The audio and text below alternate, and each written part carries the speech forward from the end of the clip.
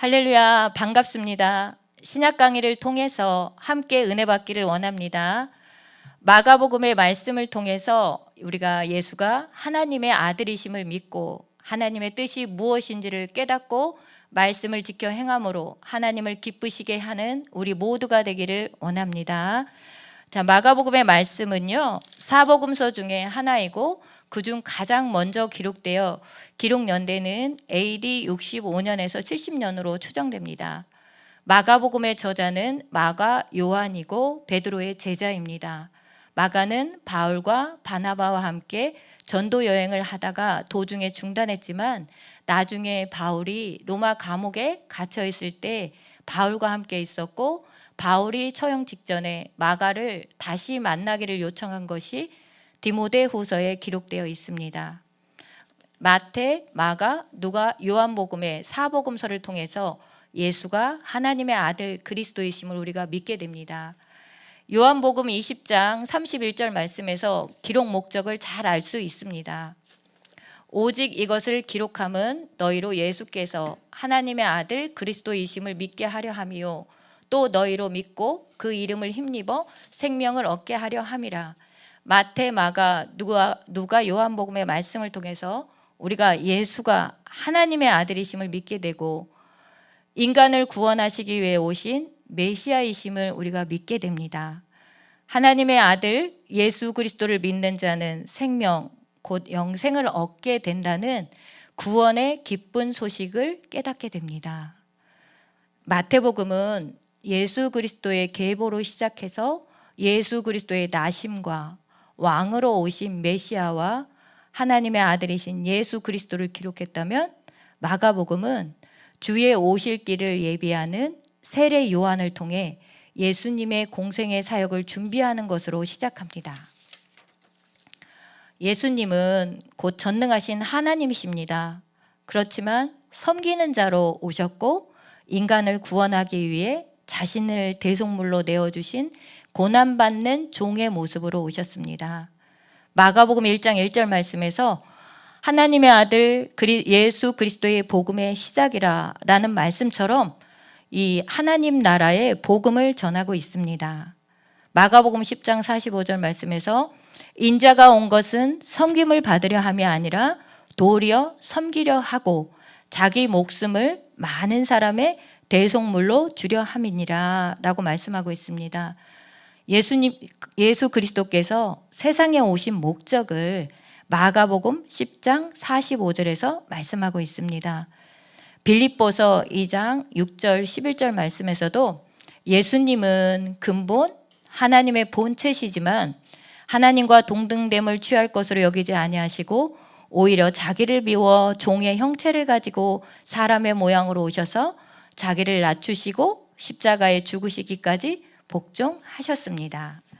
이 시간 우리가 마가복음의 말씀을 통해서 하나님의 아들 그리스도께서 비록 섬기는 자로 고난받는 종의 모습으로 오셨지만 하나님께서 하늘과 땅의 모든 권세를 예수님께 주셔서 예수님께서 근본 하나님의 본체심을 나타내고 천국 복음을 전파하시면서 대적자들에게 배척당하시고 인간을 구원하시기 위해서 자기 목숨을 많은 사람의 대속물로 내어주어 십자가에서 죽으시기까지 순종의 본이 되셨습니다.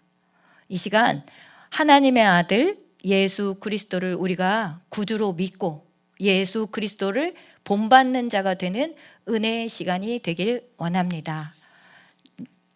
이제 말씀을 보도록 하겠습니다. 마가복음 1장 말씀입니다. 하나님의 아들 예수 그리스도의 복음의 시작이니라. 선지자 이사야의 글에 보라 내가 내 사자를 내 앞에 보내노니 그가 내 길을 준비하리라. 광야에 외치는 자의 소리가 있어 이르되 너희는 주의 길을 준비하라. 그의 오실 길을 곧게 하라.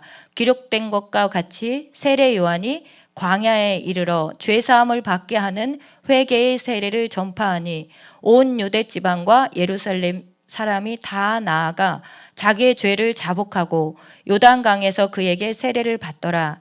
요한은 낙타털 옷을 입고 허리에 가죽띠를 띠고 메뚜기와 석청을 먹더라. 그가 전파하여 이르되 나보다 능력이 많으시니가 내 뒤에 오시나니 나는 굽혀 그의 신발을 끈을 풀기도 감당하지 못하겠노라. 나는 너희에게 물로 세례를 베풀었거니와 그는 너희에게 성령으로 세례를 베푸시리라. 마가복음 1장 1절부터 13절 말씀까지는 예수님께서 구속 사역을 준비하는 내용입니다. 1장 1절에 하나님의 아들 예수 그리스도의 복음의 시작이라 라고 말씀하고 있습니다. 예수님이 하나님의 아들이신 것은 이사야서 9장 6절 말씀을 통해서 구약시대에서부터 예수님께서 오실 것이 예언이 되어 있습니다. 마가복음 1장 11절 말씀에서도 보면 하늘로부터 소리가 나기를 나는 내 사랑하는 아들이라 내가 너를 기뻐하노라 라는 예수님을 기뻐하신 하나님의 음성을 통해서도 우리가 알 수 있습니다. 또한 마가복음 9장 7절 말씀에서 예수님의 이 변화산 사건을 통해서도 이는 내 사랑하는 아들이니 너희는 그의 말을 들으라 라는 말씀을 통해서도 예수님이 하나님의 아들로서 오셨음이 증명되었습니다. 또한 마가복음 15장 39절 말씀에서도 예수님의 십자가의 죽음을 목격한 백부장의 고백에서도 이 사람이 진실로 하나님의 아들이었도다 라는 말씀을 통해서도 예수님이 하나님의 아들이신 것이 입증되었습니다. 그리고 예수 그리스도라는 뜻은 바로 기름 부음을 받은 자, 그들이 기다리던 메시아가 바로 예수님이신 것을 고백하는 것입니다. 예수님이 하나님의 아들이시고 그리스도라는 사실을 선포하면서 예수 그리스도의 복음을 시작하고 있습니다. 그리고 예수 그리스도의 복음의 시작이라는 이 말씀은 이 복음이 바로 예수 그리스도의 복음이고 그 예수님께서 마가복음 1장 14절 말씀처럼 예수께서 갈릴리에 오셔서 하나님의 복음을 전파하며 라는 말씀을 통해서도 알 수 있듯이 예수님께서는 하나님의 복음을 전파하신 것을 말씀하고 있습니다. 이 복음이라는 것은 복된 소식, 유앙겔리온이라고도 하는데 하나님이 계획하신 예수 그리스도를 통한 구원 계획이고 복음의 시작, 그 근원이 바로 하나님의 아들 예수 그리스도가 오신 것으로 시작되었고 예수 그리스도에 의해서 선포되었다는 것을 알 수가 있습니다. 그리고 또 이 복음은 죄인들과 이방인들을 위한 복음인 것을 알 수 있습니다. 마가복음 2장 17절 말씀에서 나는 의인을 부르러 온 것이 아니요 죄인을 부르러 왔노라 라고 말씀하셨고 마가복음 7장 24절부터 30절 말씀에서 예수님께서 두루 지방에서 그 수르보니게 여인을 고쳐주신 사건을 통해서도 이방인들을 위해서 전하는 이 복음인 것을 알 수가 있습니다. 그래서 이 2절부터 이제 말씀을 쭉 보도록 하겠습니다. 세례 요한이 이제 선지자의 글에서부터 말씀하고 있는데요. 2절부터 8절까지는 세례 요한의 사역에 대해서 자세히 나와 있습니다. 말라기서 2절 말씀은 선지자 이사야의 글이 바로 말라기서 3장 1절 말씀을 인용했습니다. 세례 요한의 사명이 바로 뭐냐면 주의 길을 예비하는 자이고 준비하는 자라는 것을 알 수 있습니다. 이 메시아의 길을 예비하기 위해서 예수님께서 보낸 자가 바로 세례 요한인 것을 알 수 있습니다. 그리고 3절에서 광야에서 외치는 자의 소리라는 것은 이 세례 요한의 별명이기도 합니다. 이사야서 40장 3절 말씀을 인용했습니다. 이 세례 요한을 통해서 이 구약의 예언이 성취되었음을 볼 수 있습니다. 이 세례 요한에 대해서 성경에서는 마태복음 11장 9절 11절에서 선지자보다 더 나은 자라라고 말씀하고 있고 여자가 낳은 자 중에서 가장 큰 자이다라고 말씀하고 있습니다. 이 4절부터 5절까지는 이 세례 요한에 대한 사역에 대해서 말씀하고 있습니다. 이 4절 말씀에서 세례 요한이 광야에서 이르러 죄 사함을 받게 하는 회개의 세례를 전파하니 이 세례 요한의 사역이 바로 죄 사함을 받게 하는 회개의 세례를 전파한다라는 것을 알 수 있습니다. 이 회개라는 것은 헬라어로 메타노니아라는 뜻입니다.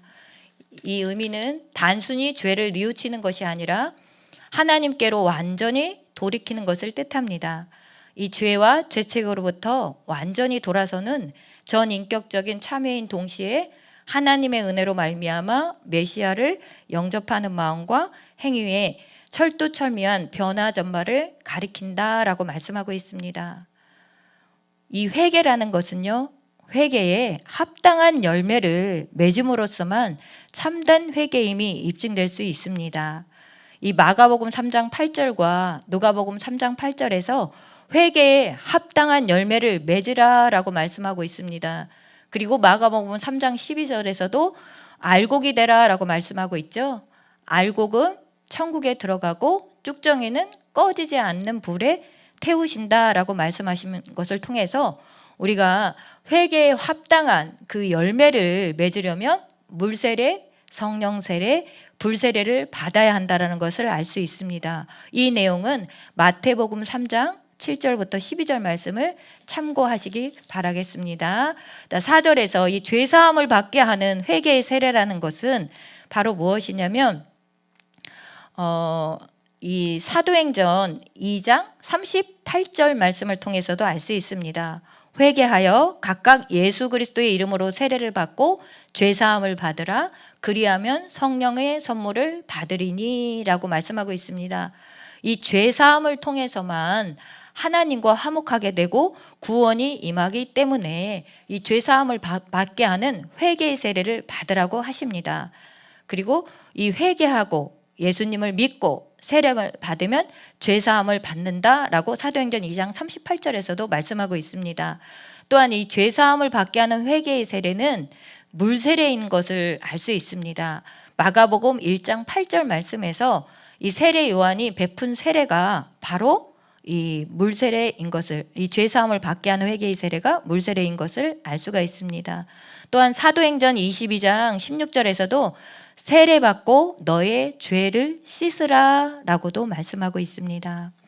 자, 5절에서 이 요단강에서 그에게 다 와서 세례를 받는 내용이 나옵니다. 그래서 그들이 이 자기의 죄를 다 고백하고 이 세례 요한에게 나와서 세례를 받는 내용이 나와 있습니다. 이 6절에서 요한은 낙타털을 입고 허리에 가죽띠를 띠고 음식은 맥두와 석청을 먹었는데 이 낙타털옷이라는 것은 스가랴서 13장 4절 말씀을 보면 선지자의 옷이고 이 허리에 가죽띠는 열왕기하 1장 8절 말씀을 보시면 엘리야 선지자의 모습이 묘사되어 있는데 이것을 통해서 이 선지자의 모습, 낙타털옷과 허리에 가죽띠는 이 선지자의 옷이고 모습인 것을 알 수가 있습니다. 그리고 누가복음 7장 33절 말씀을 통해서 이 세례 요한이 와서 떡도 먹지 아니하며 포도주도 마시지 아니하며 했을 때 사람들이 귀신 들렸다라고 말을 하는 내용이 나옵니다. 이 말씀을 통해서 세례 요한이 굉장히 경건한 삶, 이 절대된 삶, 금욕적인 삶을 살았다라는 것을 알 수가 있습니다. 이 7절 말씀에서 나보다 능력이 많으신 이가 내 뒤에 오신다라는 말씀을 하고 있습니다. 이 세례 요한보다 능력이 많으신 이는 바로 예수님을 뜻하고요.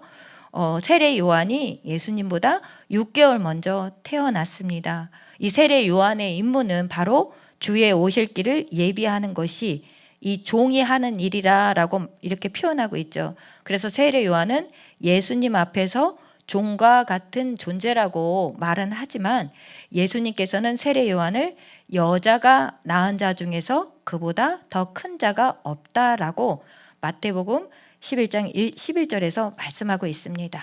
8절 말씀, 나는 너희에게 물로 세례를 베풀거니와 그는 너희에게 성령으로 세례를 베푸시리라. 이 말씀은 사도행전 1장 5절 말씀에서도 요한은 물로 세례를 베풀었으나 너희는 몇 날이 못되어 성령으로 세례 받으리라 말씀하셨습니다.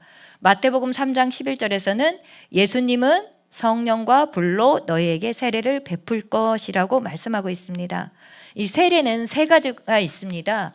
물세례, 성령세례, 불세례가 있는데 이 물세례는 요한이 베푼 세례, 곧 이 사람이 줄 수 있는 것이 물세례인데, 베드로전서 3장 21절 말씀에서 물은 예수 그리스도께서 부활하심으로 말미암아 이제 너희를 구원하는 표니 곧 세례라.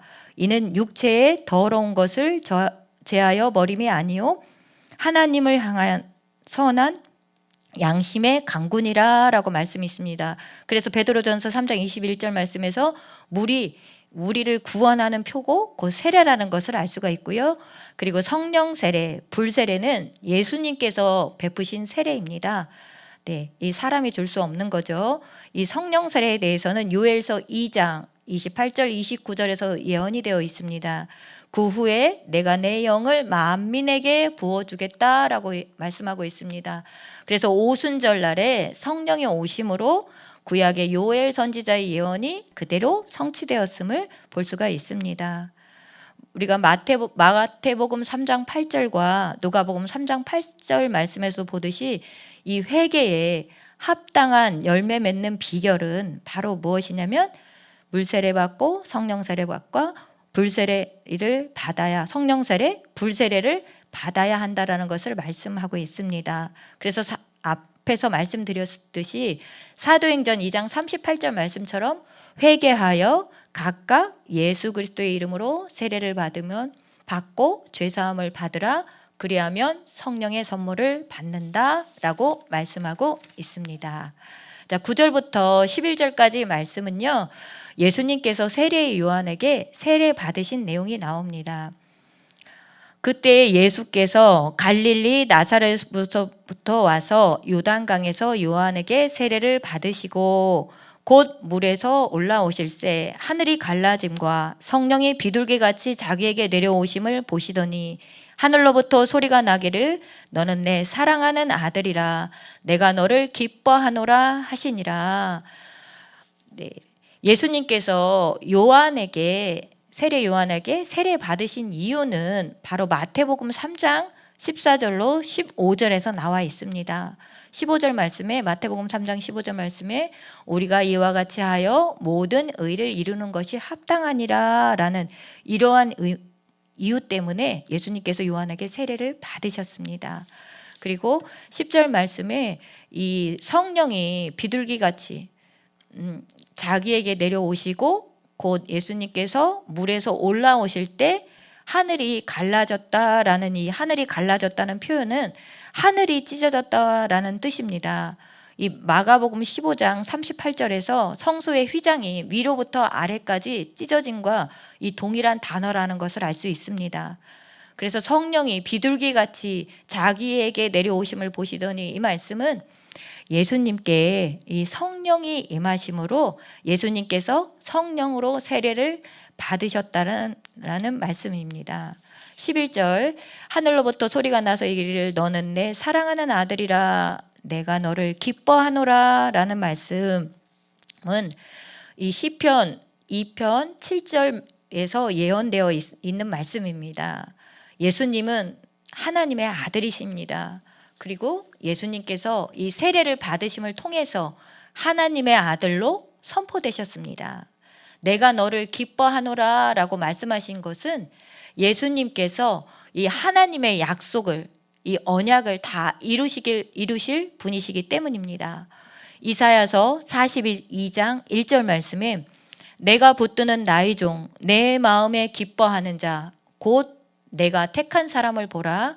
내가 나의 영을 그에게 주었은즉 그가 이방의 정의를 베풀리라 라고 말씀하고 있습니다. 예수님께서 바로 자기 백성을 죄에서 구원할 메시아이시기 때문입니다. 12절입니다.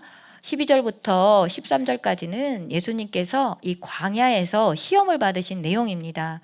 성령이 곧 예수를 광야로 몰아내신지라 광야에서 40일을 계시면서 사탄에게 시험을 받으시며 들짐승과 함께 계시니 천사들이 수종 들더라 라고 말씀하고 있습니다. 예수님께서 광야에서 이 사탄에게 시험을 받으십니다.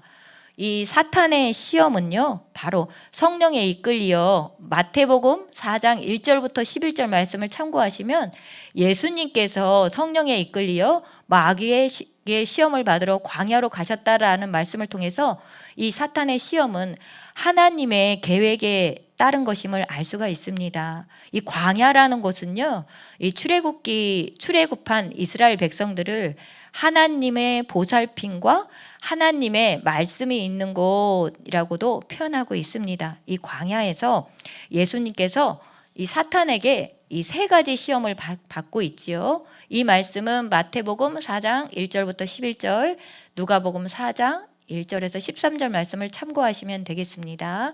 그래서 이 마귀의 시험이 있는데 그 내용은요, 예수님께서 40일 금식한 후에 마귀가 말씀을 가지고 예수님을 공격합니다. 내가 하나님의 아들이면 이 돌들로 떡덩이가 되게 하라 하셨을 때 예수님의 대답은 사람이 떡으로만 살 것이 아니요 하나님의 입으로부터 나오는 모든 말씀으로 살 것이니라 라고 말씀으로 물리치셨고요. 마귀가 예수님을 거룩한 곳에서 데려가 성전 꼭대기에 세우고 시험하기를 내가 하나님의 아들이면 뛰어내리라 라고 했을 때 예수님께서는 주 너의 하나님을 시험하지 말라 라고 물리치셨고요.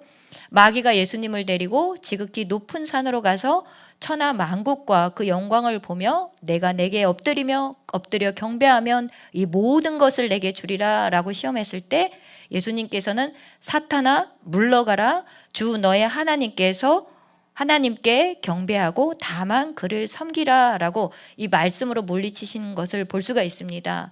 이 예수님께서 말씀으로 마귀의 시험을 이기시고 마귀가 떠나가고 이 천사들이 수종 들었더라 라는 말씀이 나옵니다. 우리도 이 삶 가운데 살다 보면 이 마귀의 시험, 공격이 있습니다. 그럴 때 우리가 어떻게 싸워야 하냐면 이 에베소서 6장 17절 말씀 통해서 성령의 검인, 바로 이 무기가 마귀와 싸울 수 있는 이 대적의 무기는 성령의 검인 하나님의 말씀을 가지고 싸워야 한다라는 것을 이 말씀을 통해서 볼 수 있습니다. 우리의 싸움은요, 에베소서 6장 12절 말씀 보면 우리의 씨름은 혈과 육, 곧 사람을 상대하는 것이 아니라 통치자들과 세상 권세자들과 어둠 세상 주관자들과 하늘에 있는 악의 영들을 상대한다라고 말씀하고 있습니다. 이 세상에서 사탄과의 영적 전쟁이 있다라는 것을 우리가 알 수가 있습니다. 그래서 또한 이 마귀와의 시험은 우리가 말씀을 통해서 우리가 마귀를 대적하고 싸워서 이겨야 한다라는 것을 이 말씀을 통해서 우리가 깨닫고요. 또 마귀가 노리는 것이 있습니다. 우리에게 요한일서 2장 15절부터 17절 말씀을 보시면 육신의 정욕, 안목의 정욕, 이생의 자랑이 나옵니다. 우리가 이 말씀을 통해서 깨닫는 것은 우리가 육신대로 살면 반드시 죽는다라는 것을 깨닫습니다. 그래서 우리가 영으로서 몸의 행실을 죽이며 살아가면서 이 사탄의 유혹과 시험에서 이기며 승리하며 사는 우리 모두가 되어야 할 것을 말씀을 통해서 깨닫게 됩니다. 자, 14절부터 보겠습니다. 요한이 잡힌 후에 예수께서 갈릴리에 오셔서 하나님의 복음을 전파하여 이르시되 때가 찼고 하나님의 나라가 가까이 왔으니 회개하고 복음을 믿으라 하시더라 라고 말씀하고 있습니다. 이 14절부터 말씀은요, 예수님께서 갈릴리에서 복음을 전파하십니다. 이 세례 요한이 잡혀간 후부터 예수님께서 바로 예수님의 복음 사역이 시작되었다는 것을 알 수가 있습니다. 이 예수님께서 이 복음의 근원이 되시는 바로 하나님의 복음을 전파했다라는 것을 15절 말씀을 통해서 알 수 있습니다. 이르시되 때가 찼고 하나님의 나라가 가까이 왔으니 회개하고 복음을 믿으라 하시더라 라고 말씀하고 있습니다. 이때는 헬라어로 카이로스라고 하는데 하나님께서 정하신 때입니다. 그 하나님께서 정하신 때가 왔고 때가 찼고 하나님 나라가 가까이 왔으니 라고 말씀하면서 마태복음 4장 17절에서는 이렇게 말씀합니다. 회개하라 천국이 가까이 왔느니라 말씀하시고 이 마가복음 1장 15절에서는 회개하고 복음을 믿으라. 이 두 말씀이 동일한 말씀인 것을 알 수 있습니다. 자, 회개하고 우리가 복음을 믿어야 하는데, 이 회개라는 것은 앞에서 마가복음 1장 4절에서 설명을 드렸습니다. 이 회개라는 것은 그러한 의미인데, 이 회개 중에서도 이 삶을 돌이키는 것이 회개인데, 진정한 회개는 바로 복음을 믿고 이 복음에 순종하는 것이 회개라는 것을 알 수가 있습니다. 이 복음은 바로 뭐냐면, 이 하나님께서 바울을 통해 계시하신 우리가 로마서의 복음을 믿어야 한다는 것입니다. 이 갈라디아서 1장 6절 9절 말씀에서 바울이 전한 복음 외에 다른 복음은 없다고 하시고요. 다른 복음을 전하면 저주를 받는다라고 말씀하십니다. 로마서 1장 16절의 말씀에서 복음은 모든 믿는 자에게 구원을 주시는 하나님의 능력이 됨이라라고 말씀하고 있습니다. 그래서 이 복음을 믿으면 우리가 믿고 회개하고 복음을 믿어야 하는데, 사도행전 2장 38절 말씀에서도 너희가 회개하여 각각 예수 그리스도의 이름으로 세례를 받으라, 그리하면 성령의 선물을 받는다라고 말씀하고 있습니다. 그래서 마가복음 1장 16절 말씀에서 믿고 세례 받으면 우리가 구원을 받는다라고 말씀하고 있습니다. 우리가 무엇을 믿어야 하냐면 로마서 4장 24절부터 25절 말씀을 우리가 믿어야 합니다. 예수 우리 주를 죽은 자 가운데서 살리신 이를 믿는 자는 의롭게 되고, 예수는 우리가 범죄한 것 때문에 내줌이 되고 우리를 의롭다 하시기 위하여 살아나셨다는 것을, 이 사실을 믿고 우리가 세례를 받으면 구원을 받습니다. 그리고 우리가 이 믿고 세례 받을 때 무엇이 일어나냐면 죄 사함 받고 거듭나게 된다는 것을 알 수 있습니다. 이 로마서 6장 3절 6절 말씀을 통해서도 세례가 나옵니다. 이 세례는 바로 뭐냐면 예수님의 죽으심과 합하는 의식이라는 것을 알 수 있고요. 또 예수와 함께 죽고 예수와 함께 살아나는 것, 그리고 우리의 옛사람이 죽고 이 죄의 몸이 죽고 새 생명으로 거듭나는 것을 우리가 세례라고 말씀하고 있습니다. 예수님이 죽으심을 내 죽음으로 받아들일 때 나도 죄에서 죽고, 예수와 함께 또 그를 일으키신 하나님의 역사를 믿을 때 우리가 함께 일으키심을 받는다라는 그런 말씀을 하고 있는데요.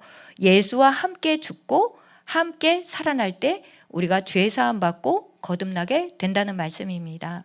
골로새서 2장 12절 말씀에서도 이 세례로라고 했습니다. 세례로 그리스도와 함께 장사되고 또 죽은 자들 가운데서 그를 일으키신 하나님의 역사를 믿음으로 말미암아 그 안에서 함께 일으키심을 받는다라고 말씀하고 있습니다. 그래서 이 예수님의 죽으심을 내 죽음으로 받아들일 때 우리는 죄에서 죽고, 예수님의 부활을 믿을 때 나도 함께 일으키심을 받게 된다는 말씀을 이 세례에 대해서 로마서 6장과 골로새서 2장 12절에서 말씀을 하고 있습니다. 결론은 진정한 회개는 바로 뭐냐? 복음을 믿고 우리가 복음에 순종하는 것인데, 이 진리의 말씀, 구원의 복음을 믿고 세례 받으면 우리에게 죄 사함 받고 새 생명을 우리가 얻게 된다는 것을 로마서 6장 3절부터 6절 말씀에서 보았고요. 이 죄 사함 받고 새 생명을 얻은 사람은 또 어떻게 살아야 되냐면 로마서 6장 12절 13절 말씀에서 죄가 우리 죽을 몸을 지배하지 못하게 하여 몸의 사욕에 순종하지 말고 우리 지체를 죄에게 드리지 말고 우리 지체를 하나님께 드리는 삶을 사는 것이 바로 복음에 순종하는 것이고, 이것이 진정한 회개임을 우리가 말씀을 통해서 볼 수가 있습니다. 14절 마가복음 1장 14절부터 15절 말씀 보겠습니다. 자, 그래서 이 말씀을 우리가 읽었고요. 예수님께서 이렇게 갈릴리에 오신 목적이 바로 뭐냐면 이 14절, 15절 말씀을 통해서 하나님의 복음을 전파하는 것이고, 또한 사람들이 회개하고 복음을 믿어 구원을 받게 하는 것이라는 것을 말씀을 통해서 우리가 알 수 있습니다. 자, 16절부터 20절까지는요. 예수님께서 이 제자들을 부르시는 내용입니다. 갈릴리 해변으로 지나가시다가 시몬과 그 형제 안드레가 바다에 그물을 던지는 것을 보시니 그들은 어부라. 예수께서 이르시되 나를 따라오라. 내가 너희로 사람을 낚는 어부가 되게 하리라 하시니 곧 그물을 버려두고 따르니라. 좀 더 가시다가 세베대의 아들 야고보와 그 형제 요한을 보시니 그들도 배에 있어 그물을 깁는데 곧 부르시니 그 아버지 세베대를 품꾼들과 함께 배에 버려두고 예수를 따라가니라 라고 했습니다. 예수님께서 제자들을 부르셨는데 예수님의 사역은 갈릴리에서 이 제자들을 부르심으로 시작되었다는 것을 알 수 있습니다. 이 시몬 베드로 그리고 안드레는 형제입니다. 그들은 어부였습니다. 그리고 이 말씀은 요한복음 1장 40절과 44절을 통해서 참고하시면 되겠습니다. 이 안드레라는 사람은 원래 세례 요한의 제자였는데 후에는 예수님의 제자가 되었습니다. 그가 형인 시몬 베드로를 예수님께로 인도했다라는 말씀이 요한복음 1장 40절에 나와 있습니다. 이 17절 말씀, 너희로 사람을 낚는 어부가 되게 하리라 라고 말씀하고 있습니다. 예수님을 따라오라고 명령하셨고 그리고 사람을 낚는 어부가 되게 하셨다라고 예수님께서 이 사명을 주셨습니다. 이 사람을 낚는 어부라는 것은 복음을 전하는 전도자, 복음 전파의 사명을 예수님께서 제자들에게 이 분명한 사명을 주셨습니다. 말씀을 보겠습니다. 마가복음 3장 14절로 15절 말씀을 보도록 하겠습니다.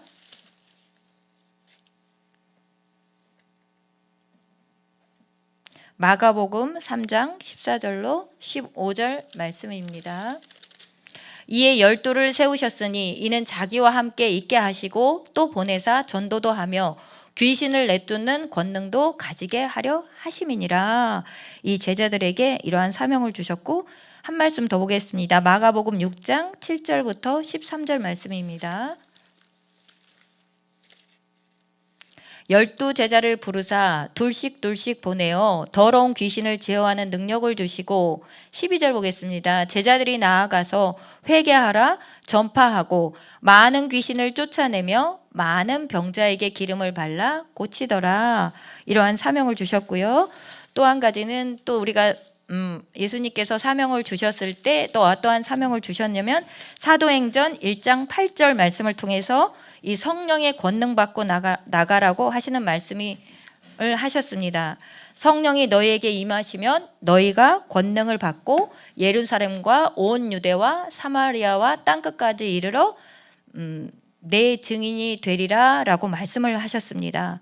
또한 마태복음 24장 18절에서 20절 말씀, 예수님의 지상 명령의 사명을 주셨습니다. 이 지상 명령은 성령의 권능 받고 나가서 귀신을 쫓아내고 병든 자를 고치고 복음을 전해서 믿는 자를 제자로 삼아서 물세례, 성령세례, 불세례를 받게 하고 창세기부터 요한계시록까지 모든 말씀을 가르쳐 지키도록 하는 것이 이 지상 명령의 사명을 주셨습니다. 이 지식만 가르치는 것이 아니라 그들에게 삶도 가르치라고 말씀하고 있습니다. 이 사람을 낚는 어부라는 것은 이 복음을 전해서 예수를 믿게 하고 이 사람들을 어둠에서 빛으로 사탄의 권세로부터 하나님께로 인도하는 것을 이 일에 이 사명에 힘써야 한다는 것을 알 수 있습니다. 이 사람을 낚는 어부 곧 이 주님의 주신 이 제자의 사명은요, 오늘날 주님께서 우리에게 주신 사명임을 깨닫고 이 세상 끝날까지 지상명령을 수행하는 자에게는 하나님께서 세상 끝날까지 우리와 함께 하신다라는 이 약속을 우리가 믿고 성령님과 동행하면서 주님이 다시 오실 그날까지 우리가 충성되게 이 사명을 감당해야 한다는 것을 우리가 깨닫습니다. 네, 다음 말씀 보도록 하겠습니다. 자, 그리고 이제 어부들을 부르셨는데 이제 시몬과 16절에 그 형제 안드레를 부르셨고 17절에 사람을 낚는 어부가 되게 하셨고 18절 말씀에서 곧이라는 표현을 하고 있습니다. 이 곧이라는 것은 곧 그들이 예수님께서 불렀을 때 그 제자들이 즉시로 그물을 버려두고 따라갔습니다. 이 곧이라는 의미는 예수님의 부르심에 즉시 그들이 순종했다라는 것을 알 수 있습니다. 이것이 제자의 마음가짐입니다. 이 버려두고라는 것은 이 과거를 청산, 포기, 희생을 각오하고 우리가 주님을 따라가야 한다라는 것입니다.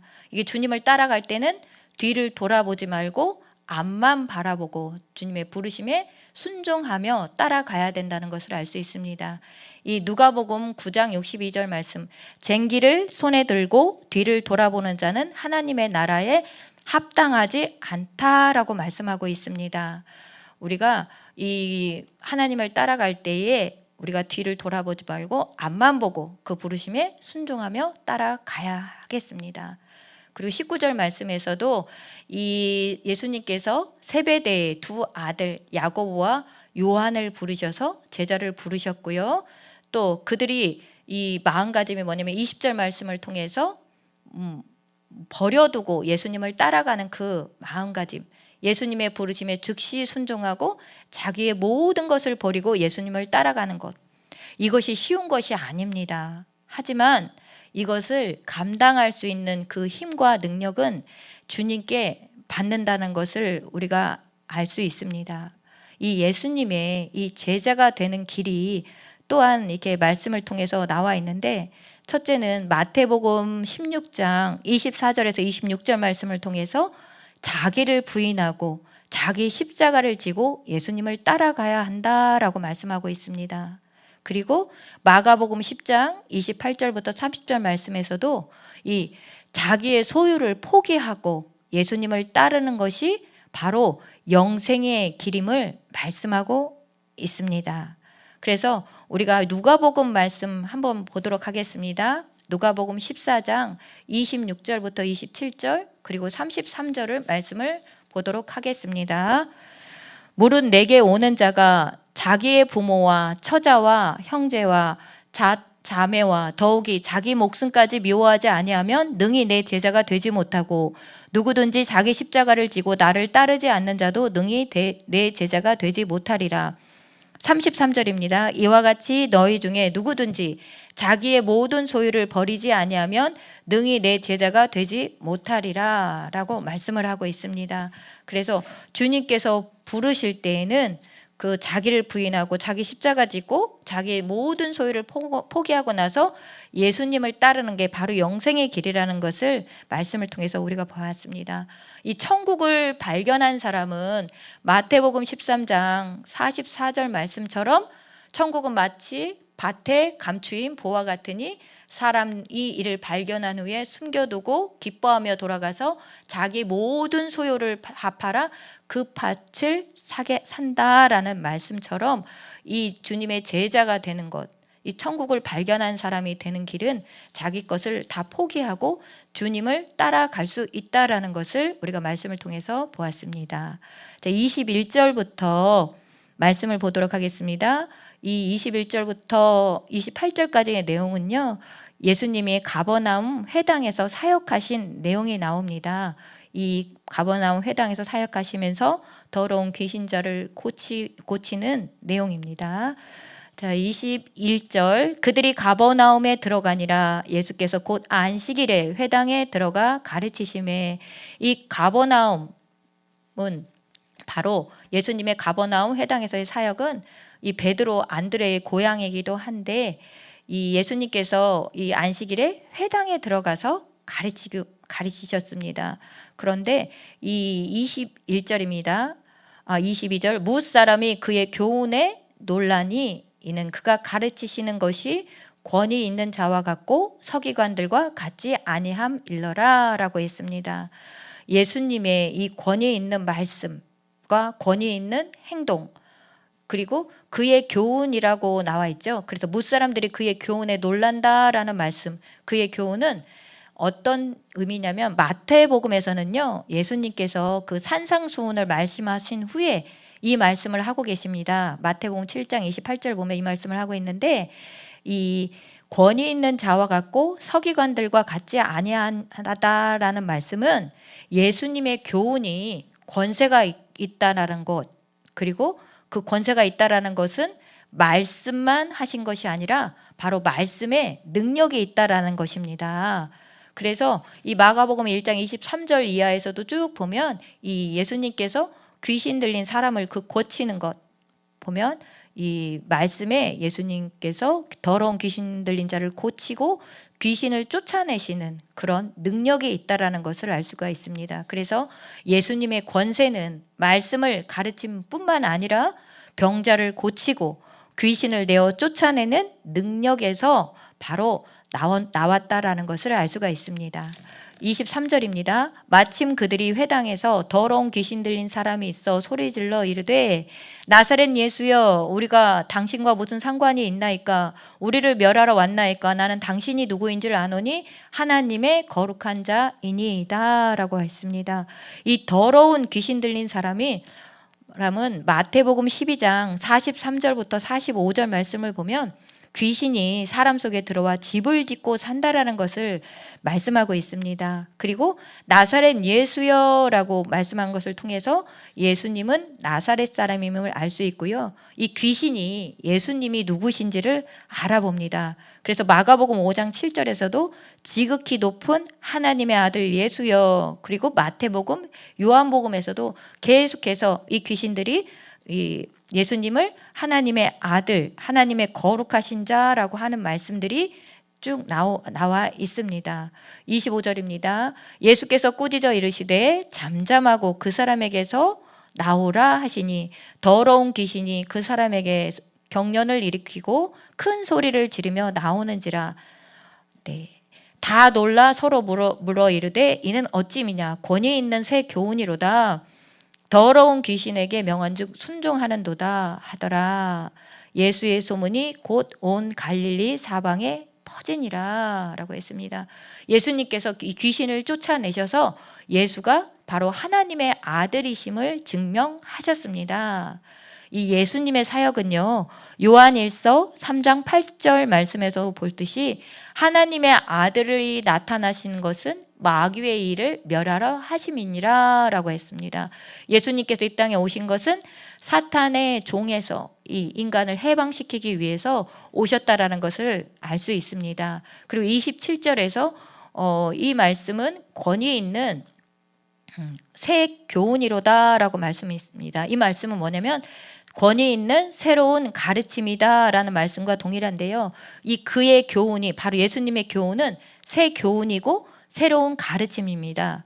그래서 이 예수님을 통해서 이제 시작된 하나님 나라에 이 새로운 법이 있다라는 것을 이 말씀을 통해서 알 수가 있습니다. 이 권위 있는 예수님의 말씀에 이 귀신이 순종함을 통해서요, 예수님께서는 귀신을 다스리는, 굴복시키는 권능이 있다라는 것을 알 수 있습니다.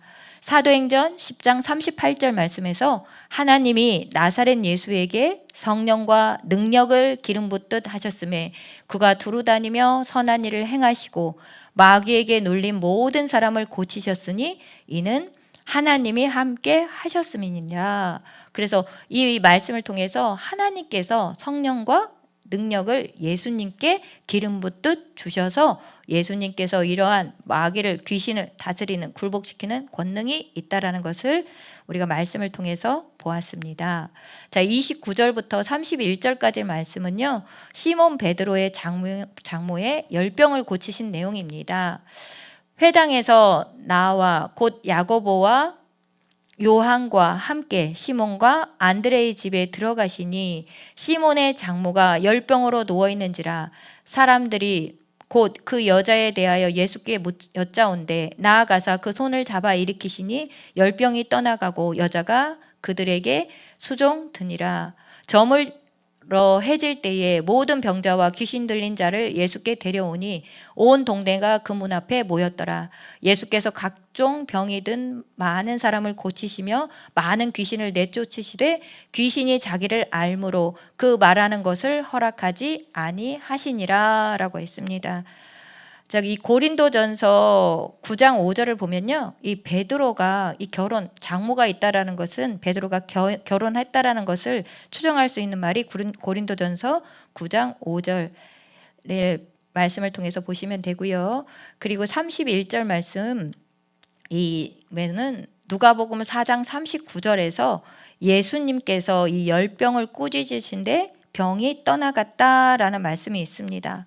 이 말씀은 이사야서 53장 5절 말씀 통해서 그 예언된 말씀입니다. 그리고 베드로전서 2장 24절 동일한 말씀이죠.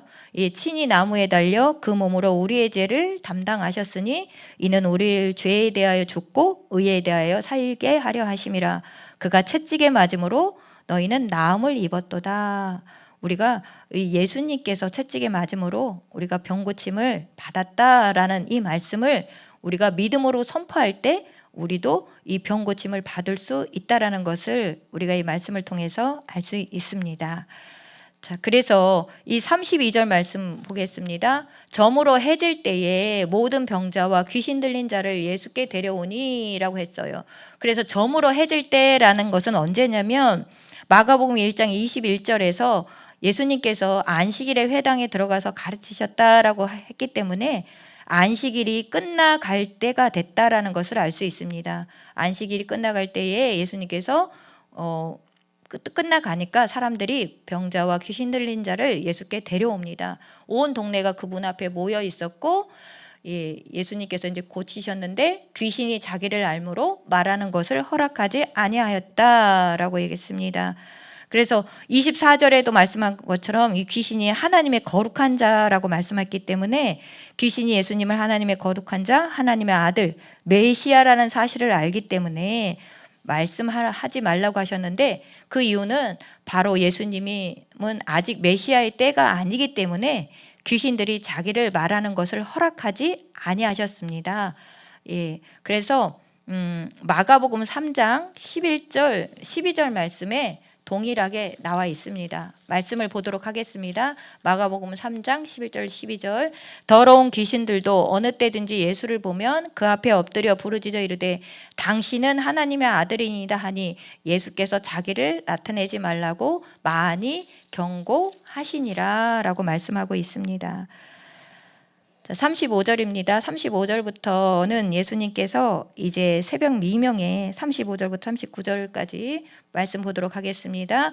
새벽에 아직도 밝기 전에 예수께서 일어나 나아가사 한적한 곳으로 가사 거기서 기도하시니 시몬과 및 그와 함께 있는 자들이 예수를 뒤따라가 만나서 이르되 모든 사람이 주를 찾나이다.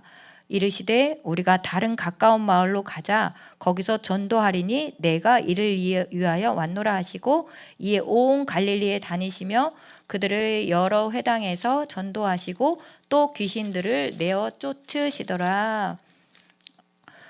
새벽 아직도 밝기 전에라는 것은 이 말씀을 통해서 예수님께서 새벽 미명에 기도하셨다라는 것을 알 수 있습니다. 이 전능하신 하나님의 아들 예수님도 기도를 하셨습니다. 그리고 예수님은 많은 사역을 하는 중에서도 기도에 힘쓰셨습니다. 마태복음 14장 23절 말씀에도 기도하러 따로 산에 올라가셨다라는 이 내용이 나오듯이 예수님께서 기도를 굉장히 중요하게 여기셨고 문제가 있을 때는 이 기도를 많이 하셨다라는 것을 우리가 말씀을 통해서 보았습니다. 그래서 이 말씀을 통해서 우리가 기도의 중요성과 기도의 능력을 깨달아야 합니다. 마가복음 9장 28절부터 29절에는 기도 외에 다른 것으로는 이런 종류가 나갈 수 없느니라 라고 말씀하고 있는데 이런 종류는 바로 이 귀신을 쫓아내는 것은 기도 외에는 다른 것이 없다라고 우리가 말씀을 보았습니다. 그래서 성령의 권능 받고 나가서 귀신을 쫓아내고 우리가 병든 자를 고쳐야 한다라는 것을 이 말씀을 통해서 알 수 있습니다. 자, 38절입니다. 이르시되 우리가 다른 가까운 마을로 가서 거기서도 전도하리니 내가 이를 위하여 왔노라 하십니다. 이 전도라는 것은 이 전도는 바로 누가복음 4장 43절 말씀을 통해서 하나님의 나라의 복음을 전하여야 하리니 나는 이 일을 위해서 보내심을 받았노라 라고 정확하게 말씀하고 있습니다. 그래서 이 전도라는 것은 하나님의 나라의 복음을 전파하는 것이 바로 복음이라는 것을 알 수 있습니다. 예수님이 이 세상에 오신 목적이 바로 하나님 나라의 복음을 전파하시기 위해서 오셨습니다. 왜냐하면 로마서 1장 16절 말씀, 복음은 모든 믿는 자에게 구원을 주시는 하나님의 능력이 되기 때문입니다. 그래서 우리가 천국 복음을 듣고 믿는 자는 구원을 얻게 됩니다. 이제 39절 말씀, 예수님께서 이 갈릴리 여러 회당에서 전도하시는 내용이 나오고 귀신들을 내어 쫓으시는 내용이 나오는데 그래서 이 38절 말씀을 통해서 다시 한번 보겠습니다. 예수님의 사역은 단순히 이 병고침의 사역이 아니라 하나님의 나라를 전파하는 전도와 가르침의 사역이라는 것을 깨닫게 하셨습니다. 이 복음을 전파하고 가르치는 사역이 바로 예수님의 사역인 것을 알 수 있고요. 그 여러 회당에 가서 이 갈릴리에서 이 전도하셨는데 회당은 그 당시 약 480여 개가 있었고 이 회당의 시작은 언제부터냐면 포로기 때부터 시작했고 예루살렘 성전 파괴 후에 회당에서 예배드리고 이 교육을 가르치고 말씀을 가르치는 장소로 이용되었고요. 이 회당에 모여서 기도와 율법 배우는 일에 힘썼다라는 것을 말씀하고 있습니다. 자, 40절부터 46절까지는 예수님께서 나병 환자를 깨끗하게 하신 내용입니다. 40절입니다. 한 나병 환자가 예수께 와서 꿇어 엎드려 간구하여 이르되 원하시면 저를 깨끗하게 하실 수 있나이다. 예수께서 불쌍히 여기사 손을 내밀어 그에게 대시며 이르시되 내가 원하노니 깨끗함을 받으라 하시니 곧 나병이 그 사람에게서 떠나가고 깨끗하여진지라. 곧 보내시며 이 엄히 경고하사 이르시되 삼가 아무 말도 하지 말고 가서 내 몸을 제사장에게 보이고 내가 깨끗하게 되었으니 모세가 명한 것을 드려 그에게 입증하라 하셨더라. 그러나 그 사람이 나가서 이 일을 많이 전파하여 널리 퍼지게 하니 그러므로 예수께서 다시는 드러나게 동네에 들어가지 못하시고 오직 바깥 한적한 곳에 계셨으나 사방에서 사람들이 그에게로 나아오더라 라고 말씀하고 있습니다. 이 나병 환자를 깨끗하게 하신 것은 이 수많은 무리가 예수님을 따랐고요.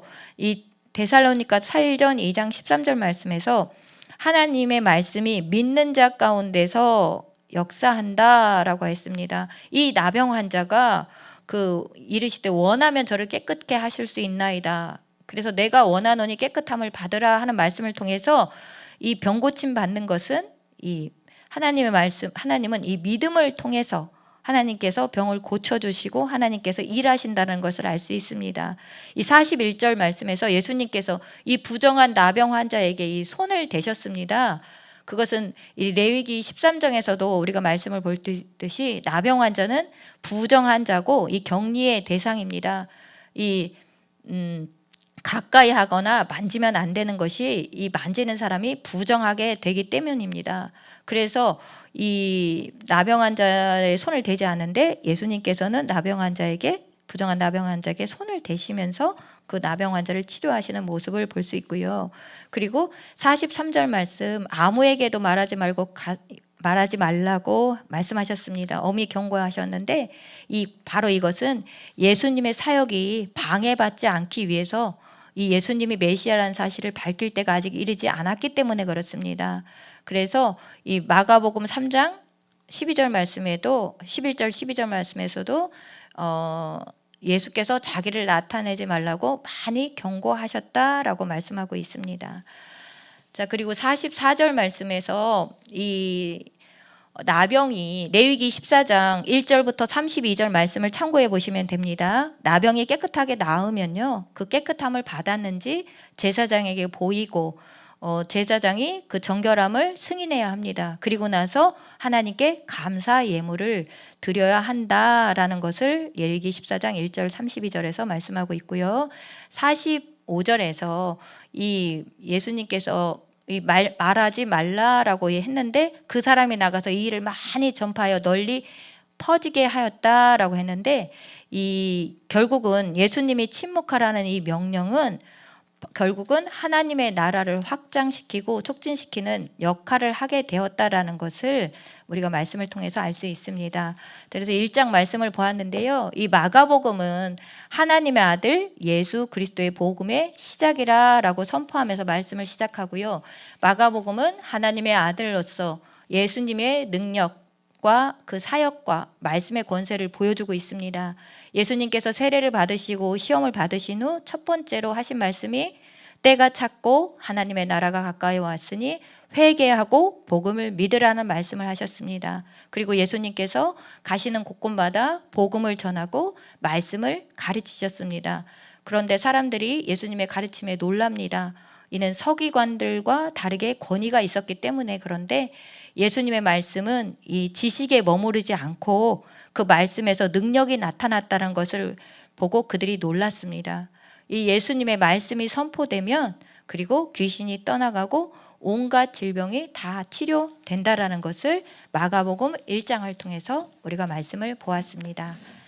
자, 이제 마가복음 2장 말씀을 보겠습니다. 수일 후에 예수께서 다시 가버나움에 들어가시니 집에 계시다는 소문이 들린지라 많은 사람이 모여서 문 앞까지도 들어설 자리가 없게 되었는데 예수께서 그들에게 도를 말씀하시더니, 가버나움이라는 것은 예수님의 갈릴리 사역의 중심지이고 예수님께서 처음으로 말씀을 가르친 곳이고 병 고침의 이적을 행한 곳입니다. 마가복음 1장에서 우리가 말씀을 통해서 봤죠. 그리고 이 많은 사람이 모여서 이 예수께서 그들에게 도를 말씀하셨다. 이 도라는 것은 헬라어로 로고스입니다. 말씀인데 예수님께서는 집으로 몰려든 사람들에게 하나님 나라의 복음을 전파하셨다라는 것을 마가복음 1장 15절 말씀에서 알 수 있습니다. 그게 뭐냐면 때가 찼고 하나님의 나라가 가까이 왔으니 회개하고 복음을 믿으라라고 말씀하셨기 때문에 이 도라는 것이 천국 복음인 것을 알 수 있습니다. 3절 사람들이 한 중풍병자를 4사람을 메워가지고 예수께로 올세 무리들 때문에 예수께 데려갈 수 없으므로 그 계신 곳에 지붕을 뜯어 구멍을 내고 중풍병자가 누운 상을 달아내리니 예수께서 그들의 믿음을 보시고 중풍병자에게 이르되 작은 자야 내 죄사함을 받았느니라 하시니 어떤 서기관들이 거기에 앉아서 마음에 생각하기를 이 사람이 어찌하여 이렇게 말하는가 신성모독이로다. 오직 하나님 한 분 외에 누가 능히 죄를 사하겠느냐. 그들이 속으로 이렇게 생각하는 줄을 예수께서 곧 중심에 아시고 이르시되 어찌하여 이것을 마음에 생각하느냐. 중풍병자에게 내 죄의 사함을 받았느니라 하는 말과 일어나 내 상을 가지고 걸어가라 하는 말 중에서 어느 것이 쉽겠느냐. 그러나 인자가 땅에서 죄를 사하는 권세가 있는 줄을 너희로 알게 하려 하노라 하시고 중풍병자에게 말씀하시되 내가 내게 이르노니 일어나 내 상을 가지고 집으로 가라 하시니 그가 일어나 곧 상을 가지고 모든 사람 앞에서 나아가거늘 그들이 다 놀라 하나님 앞에 영광을 돌리며 이르되 우리가 이런 일을 도무지 보지 못하였다 하더라 라고 말씀하고 있습니다. 이 중풍병자를 고친 것 5절 말씀에서 예수님께서 그들의 믿음을 보시고 라는 말씀에서 이 중풍병자를 침상에 메워온 사람들의 믿음을 보시고 예수님께서 병자를 치유할 수 하셨다라는 것입니다. 그래서 예수님께서 이 병자를 치유할 수 있다는 그들이 이 침상에 메워 왔다라는 그 자체가 이 예수님께서 병자를 치유할 수 있다는 믿음의 행위였기 때문에 예수님께서는 그 믿음으로 예수님께 나아올 때 그들의 믿음을 보시고 치유해 주신다라는 것입니다. 그래서 병 고침 받기 위해서는 믿음이 필요하다. 그리고 믿음을 강조하고 있고 믿음의 중요성에 대해서 말씀하고 있습니다. 그리고 이 예수님은 이 능력에 대한 이 죄사함을 선포하신 게 있습니다. 병만 고친 것이 아니라 예수님께서 이 죄사함을 선포하신 것은 이것은 바로 뭐냐면 첫 번째는 예수님 자신이 메시아라는 사실을 선포한 것과 동일하고요. 두 번째는 예수님의 하나님의 아들 메시아로서 죄사하는 권세를 받았다라는 것을 말씀하십니다. 그래서 하나님의 아들을 선포하신 거고 이 죄사함을 선포하신 것은 죄사하는 권세를 받았다라는 것을 말씀하고 있습니다. 그래서 이 6절 7절 말씀에서도 이들이 이 신성 모독이다라고 오직 하나님 한 분 외에 누가 능히 죄를 사하겠느냐, 이 신성 모독이라는 것은 하나님을 모독했다라는 뜻인데, 이 바리새인들과 서기관들은 항상 언제 예수님께 신성 모독이라고 그랬냐면 이 마가복음 2장 7절 말씀에서 예수님이 죄사하실 때, 그리고 마가복음 14장 61절 64절 말씀에서 예수님이 메시아이심을 말씀하실 때하고, 요한복음 10장 33절에도 예수님이 하나님과 동등하시다고 하실 때 신성 모독이라고 그들은 주장을 했습니다. 그래서 이 7절에서 그 이유는 하나님 한 분 외에는 누가 능히 죄를 사하겠느냐라는 이 말씀이, 이 구약에서는 죄사함이 오직 하나님만이 가진 특권이기 때문에 그렇습니다. 출애굽기 34장 7절 말씀에서 인자를 천대까지 베풀며 악과 과실과 죄를 용서하시라는 말씀과 시편 130편 4절 말씀, 사유하심이 주께 있음은 주를 경외하게 하려 하심이니이다 말씀하셔서 바로 죄사함이 하나님께 있다고 이 말씀하시는 이 내용 때문에 그렇습니다. 이 8절, 그래서 이 그들이 속으로 이렇게 생각하는 것을 예수께서 중심으로 아셨다라고 말씀하는, 중심이라는 뜻은 원문에는 그의 영으로, 이 심령으로 아시고라는 뜻입니다. 그래서 예수님께서 이 말씀하죠. 어찌하여 이것을 마음에 생각하느냐라는 말씀을 하십니다. 이 말씀을 통해서 예수님은 사람의 마음을 감찰하신다는 것을 알 수 있습니다. 그래서 예수님은 사람의 마음을 정확하게 꿰뚫고 계셨습니다. 이 역대상 28장 9절 말씀에서도 여호와께서는 모든 마음을 감찰하사 모든 의도를 아신다라고 말씀하셨고요. 시편 130편 3절, 주께서 죄악을 지켜보실진대 주여 누가 서리이까 말씀하고 있습니다. 그래서 사람 속에 무슨 생각을 하는지 예수님께서 그의 영으로, 심령으로, 중심으로 아셨다라고 말씀하십니다. 그래서 중풍병자에게 이 9절 10절, 내가 죄사함을 받았느니라 하는 말과 내 상을 가지고 걸어가라는 말 중에서 어느 것이 더 쉽냐, 그러나 인자가 땅에서 죄를 사하는 권세가 있는 줄을 너희로 알게 하려 하노라 라는 말씀은, 이 병 고치는 것은 하나님의 능력을 입은 사람도, 이 사람에게도 가능한 일입니다. 그렇죠. 누가복음 9장 1절 말씀을 통해서 예수께서 12제자를 불러 모아 12제자에게도 예수님께서 이런 권위를 주셨습니다. 모든 귀신을 제어하며 병 고치는 능력과 권위를 주시고 하나님의 나라를 전파하며 앓는 자를 고치게 하셨다라는 말씀에, 이 예수님 이 권능을 받은 사람도 이 병 고치는 것을 할 수 있다라는 것을 누가복음 9장 1절에서도 볼 수 있지만, 그러나 이 죄 사함을 주실 수 있는 분은 예수님 한 분밖에 없습니다. 이 사람이 할 수 있는 일이 아니라는 겁니다. 그래서 이 예수님께서 죄 사함을 선포하시는 것은 예수님이 하나님의 권세를 위임받은 분임을 선포하는 것입니다. 그래서 마태복음 28장 18절에서도 하나님께서 하늘과 땅의 모든 권세를 예수님께 주셨다라고 말씀하고 있습니다. 예수님이 곧 하나님의 아들이신 것을 우리가 알 수 있고요.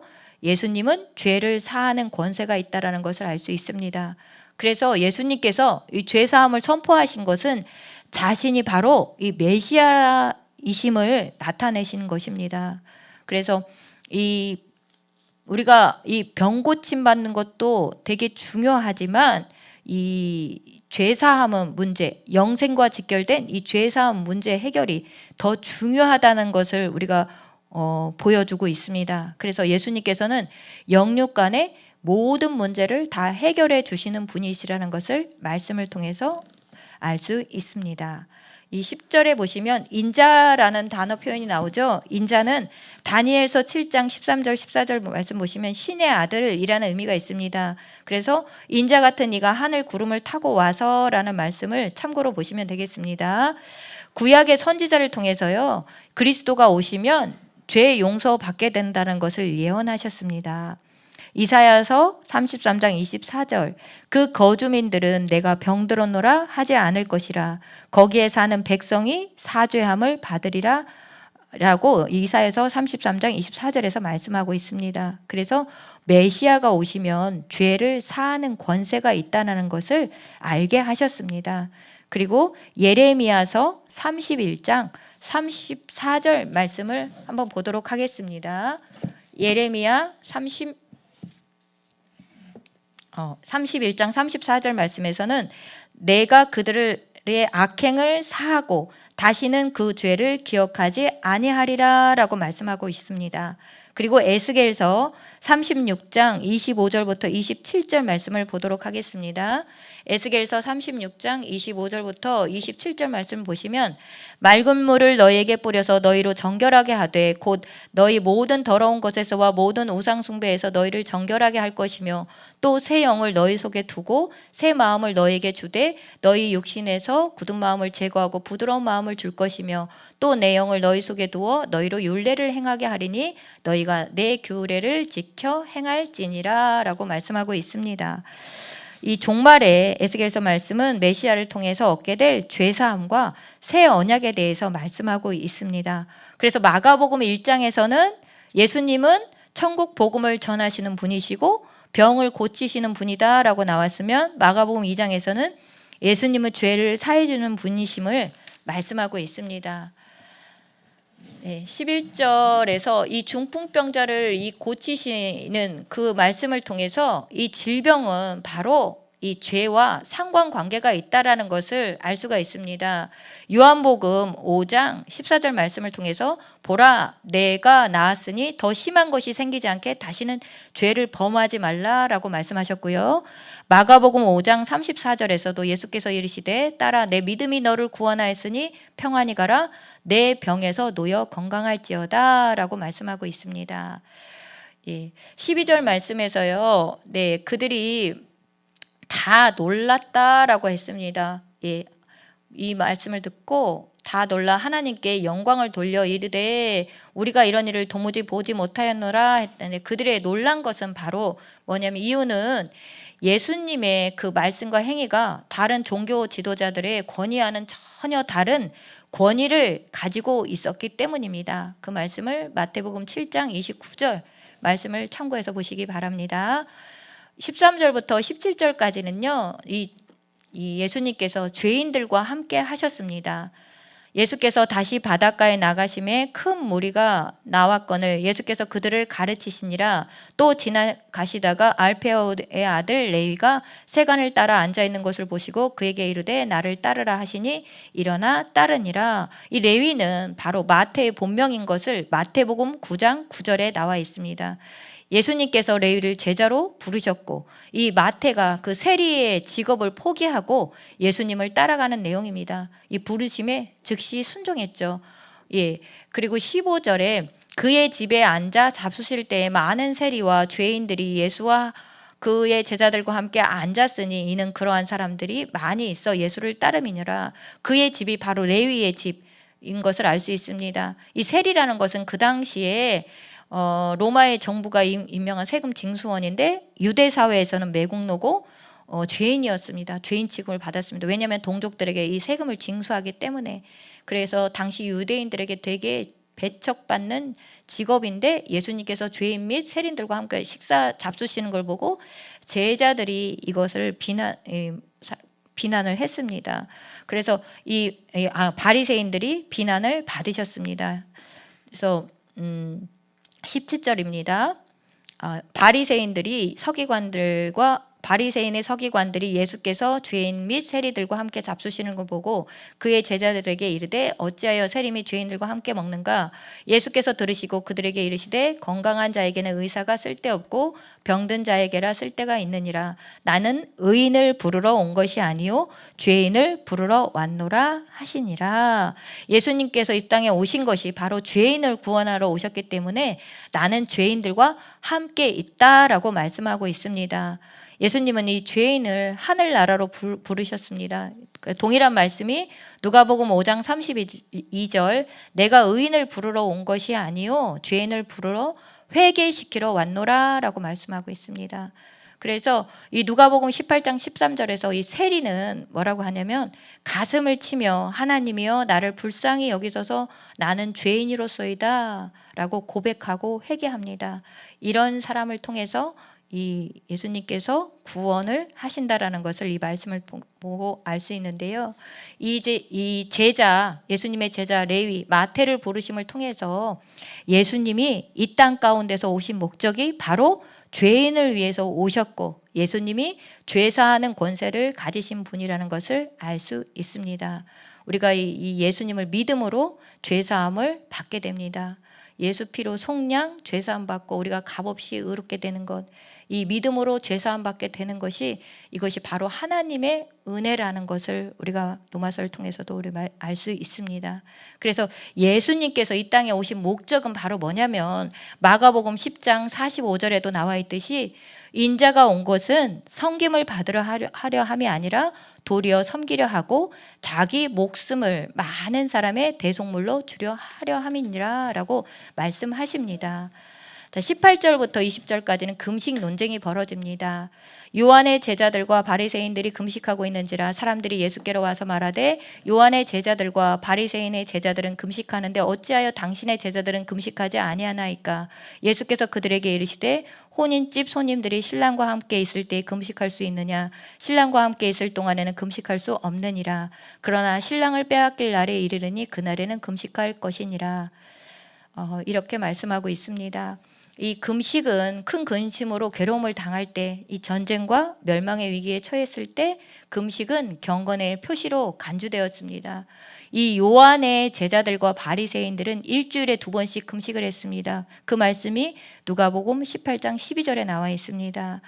그래서 예수님께서는 이것을 혼인잔치의 비유로 말씀합니다. 이 혼인집 손님은 바로 우리입니다. 이 혼인집 손님들이 신랑과 함께 있을 때, 신랑은 바로 예수님을 뜻하는데 예수님과 함께 있을 때 너희가 슬퍼할 수 있느냐라고 말씀하십니다. 이 예수 그리스도와 함께 있을 동안에는 금식할 것이 아니라 곧 슬퍼할 것이 아니라 기뻐하고 즐거워해야 한다고 말씀하십니다. 이 혼인잔치의 즐거움을 메시아가 오신 시대의 즐거움에 비유한 것입니다. 그래서 우리가 신앙생활을 올바로 하면 금식할 필요가 없습니다. 이 구약에 보면 이 스가랴서 7장 5절 7절 보면 대속죄일에 금식을 한번 하게 됩니다. 그런데 이 하나님이 기뻐하시는 금식이 있습니다. 이사야서 58장 6절 7절 보시면 이 흉악의 결박을 풀어주기 위해서, 이 말씀은 영혼 구원을 위해서 금식하며 기도하라 라고 말씀하고 있습니다. 그래서 이 금식은 언제 하냐? 20절에 신랑을 빼앗길 날, 그 예수님이, 그날이 언제냐면 예수님이 고난 받으시고 십자가에서 죽으심을 뜻합니다. 이 신랑 대신 예수님을 잃게 되었을 때에 금식하고 이 슬픔의 표시로 금식하라라고 말씀하고 있습니다. 그래서 이 구약에서도 사무엘상 31장 13절에서 이 사람이 죽었을 때 슬픔의 표시로 금식한다라는 것이 나와 있습니다. 사무엘상 31장 13절 말씀을 참고하시면 되겠습니다. 자, 그리고 이제 21절부터 22절 말씀 보겠습니다. 생배 조각을 낡은 옷에 붙이는 자가 없나니 만일 그렇게 하면 기운 새 것이 낡은 그것에 당기어 헤어짐이 더하게 되느니라. 새 포도주를 낡은 가죽 부대에 넣는 자가 없나니 만일 그렇게 하면 새 포도주가 부대를 터뜨려 포도주와 부대를 버리게 되리라. 오직 새 포도주는 새 부대에 넣느니라 하시니라 라고 말씀하고 있습니다. 네, 이것은 비유인데요. 바로 이 비유의 뜻은 옛것과 새것이 함께 공존할 수 없다는 것입니다. 새 포도주는 새 부대에 넣어야 둘 다 보존되고 새 포도주를 낡은 가죽 부대에 넣어서는 안 된다는 것입니다. 이 포도주가 발효되면 가스가 생겨서 팽창하는데 낡은 가죽 부대에는 터져버리게 됩니다. 그래서 포도주를 보존할 수 없게 된다는 말씀인데, 이 낡은 가죽 부대의 의미는 바리새인들의 유전, 교훈을 의미하고, 이 새 가죽 부대는 예수님의 교훈, 가르침을 뜻합니다. 그래서 예수님의 가르침과 바리새인들의 교훈은 공존할 수가 없습니다.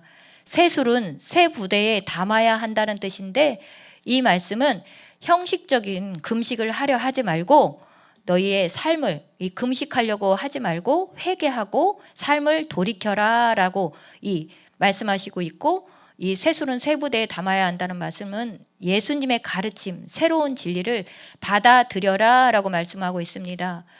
왜냐하면 예수 그리스도를 통한 새 시대가 왔기 때문입니다. 그리고 이 신앙생활은 이 낡은 가죽 부대, 이 사람의 계명, 교훈을 따라가면 안 된다는 것을 말씀하고 있습니다. 이 사람의 계명으로 가르치면 입술로는 하나님을 공경하지만 마음은 하나님에게서 멀게 되기 때문입니다. 이사야서 29장 13절 말씀에서도 이 백성이 입으로는 나를 가까이하여 입술로는 나를 공경하나 그들의 마음은 내게서 멀리 떠났나니 그들이 나를 경외함은 사람의 계명으로 가르침을 받았을 뿐이니라 라고 말씀하고 있습니다. 그리고 마태복음 15장 9절과 마가복음 7장 7절 8절에서도 이렇게 말씀하고 있습니다. 사람의 계명으로 교훈을 삼아 가르치니 나를 헛되이 경배하는도다. 너희가 하나님의 계명은 버리고 사람의 전통을 지키느니라 라고 했습니다. 그래서 이 사람의 계명으로 가르침을 받게 되면 하나님의 말씀대로 살지 않게 됩니다. 그래서 로마서 10장 3절에는 이렇게 말씀하고 있습니다. 하나님의 의를 모르고 자기의 의를 세우려고 힘써 하나님의 의에 복종하지 않았다라고 말씀하고 있습니다. 그래서 우리는 이 사람의 계명, 사람의 교훈, 자기의 의를 버리고 이 하나님의 말씀을 진리로 받아들이고 하나님의 말씀을 따라 신앙생활 해야 한다라는 것을, 하나님 말씀 따라가야 한다는 것을 우리가 말씀을 통해 깨닫습니다. 우리는 이제 예수를 믿고 죄사함 받고 새 생명을 얻었습니다. 믿고 세례 받음으로 죄사함 받고 새 생명을 얻었습니다. 그래서 우리가 죄에서 죽었다는 것을 믿고 이 죄가 우리 몸을 지배하지 못하게 몸의 사욕에 순종하지 말아야 하고요. 우리 자신을 죄에게 내주지 말고 의에게 우리 지체를 하나님께 드리고 성령을 따라 살면서 이 새 생명 가운데 살아야 합니다. 그리고 로마서 8장 12절 13절 말씀처럼 육신에게 져서 육신대로 살 것이 아니니라 육신대로 살면 반드시 죽을 것이로되 영으로서 몸의 행실을 죽이면 살게 된다라는 말씀을 통해서 우리가 육신의 생각은 사망이고 영의 생각은 생명과 평안이라는 말씀을 통해서 우리가 육신의 생각은 절대로 하면 안 된다라는 것을 알 수 있고요. 이 말씀을 마가복음의 말씀을 통해서 이제 우리가 쇠술은 새 부대에 담아야 한다라는 것을 깨닫습니다. 이제 마지막으로 마가복음 2장의 마지막으로 이 금식 논쟁이 있습니다. 안식일에 관한 두 가지 논쟁이 마가복음에 나오는데 첫 번째 사건이 마가복음 2장 23절부터 28절에 나옵니다. 안식일에 예수님의 제자들이 밀 이삭을 잘라 먹은 사건이고, 이 두 번째 사건은 마가복음 3장 1절부터 6절에 예수님께서 안식일에 회당에서 손 마른 자를 고치신 사건입니다. 먼저 23절부터 28절까지 안식일에 예수님의 제자들이 밀 이삭을 잘라 먹은 사건을 보도록 하겠습니다. 안식일에 예수께서 밀밭 사이로 지나가실새 그의 제자들이 길을 열며 이삭을 자르니 바리새인들이 예수께 말하되 보시오 저들이 어찌하여 안식일에 하지 못할 일을 하나이까. 예수께서 이르시되 다윗이 자기와 및 함께한 자들이 먹을 것이 없어 시장할 때에 한 일을 읽지 못하였느냐. 그가 아비아달 대제사장 때에 하나님의 전에 들어가서 제사장 외에는 먹어서는 안 되는 진설병을 먹고 함께한 자들에게도 주지 아니하였느냐. 또 이르시되 안식일이 사람을 위하여 있는 것이요 사람이 안식을 위하여 있는 것이 아니니 이러므로 인자는 안식일에도 주인이니라 라고 말씀하고 있습니다. 마태복음 12장 1절과 누가복음 6장 1절에서 이 제자들이 시장에서 이삭을 잘라 먹었다라고 말씀하고 있습니다. 구약에서도 신명기 23장 25절에서는요 이삭을 잘라 먹는 것이 허용되었습니다. 하지만 출애굽기 20장 10절 말씀에서 안식일에는 아무 일도 하지 말라. 그리고 출애굽기 34장 21절 말씀에 이 노동을 금한 거 아무 일도 하지 말라는 이 계명을 어겼다는 것입니다. 그래서 이 예수님께서 그 사무엘상 21장 1절 6절 이 다윗이 처했던 상황을 인용하셔서 말씀하십니다. 그 다윗과 그 일행은 식량이 필요한 굶주린 상태였습니다. 그래서 목숨을 보존하기 위해서는 하나님 전에 있는 진설병을 먹어야 했습니다. 그 진설병이 뭐냐면 레위기 24장 5절 9절 말씀을 보면 안식일마다 그 성소 안에 떡상 위에 12개의 떡을 두 줄로 배열해 놓는데 이 진설병은 누구만 먹을 수 있냐면 제사장들이 먹을 수만 있었습니다. 그런데 이 다윗도 이 말씀을 통해서 다윗도 율법을 지키는 것보다 사람의 생명을 더 소중히 여겼다라는 것을 알 수가 있습니다. 이 사무엘상 21장 말씀을 통해서 하물며 이 다윗보다 더 큰 분이신 예수님은 바로 누구냐면 이 예수님은 율법을 능가하실 수 있는 분이시라는 것을 우리가 말씀을 통해서 알 수 있습니다. 마태복음 12장 6절에서도 예수님 자신을 뭐라고 그랬냐면 성정보다 더 큰 이라고 말씀하시고 예수님이 바로 안식일의 주인이시다라고 말씀하고 있습니다.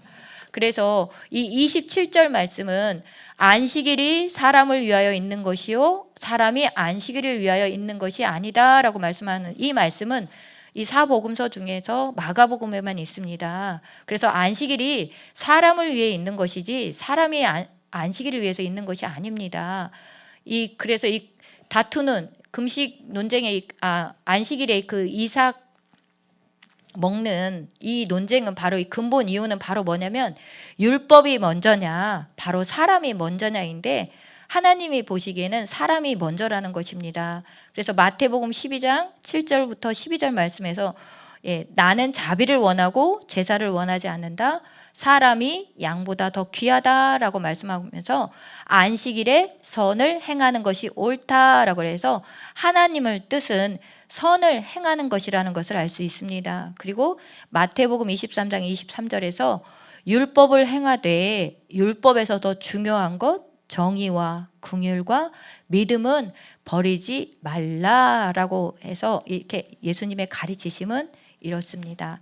그래서 이제 28절 인자는 안식일의 주인이다. 인자가 바로 예수님을 뜻하는데 안식일은 바로 하나님이 주인이 되시는데 예수님이 곧 하나님이시고 동일하신 분이라는 것을 말씀하고 있습니다. 하나님께서 그의 아들이신 예수님께서 하늘과 땅의 모든 권세를 주셨습니다. 이 죄사함의 권세를 가지신 그 예수님이 바로 누구다라고 말씀하고 있습니까? 그 예수님이 안식일에도 주인이십니다. 그래서 이 예수님의 메시아적인 그 사역이 율법보다 더 우위에 있다라는 것을 말씀하고 있습니다. 자, 그래서 우리 이제 마가복음 2장을 보시면 예수님께서는 이 중풍병자를 치료하실 때 그의 죄부터 사해 주시고 병을 고쳐 주심으로써 예수님께서 죄를 사하는 권세가 있음을 알리시고 영육간의 모든 문제를 다 해결해 주시는 분이심을 나타내셨습니다. 그래서 우리가 하나님의 나라는 현실에서의 삶의 문제나 질병이 해결되는 것도 중요하지만 그보다 먼저 죄에서 해방되는 영적 문제의 해결이 더 중요함을 보여주셨습니다. 그리고 금식 논쟁이 벌어졌을 때 예수님의 가르치심을 통해서 세술은 새 부대에 담아야 한다라는 것을 말씀하셨습니다.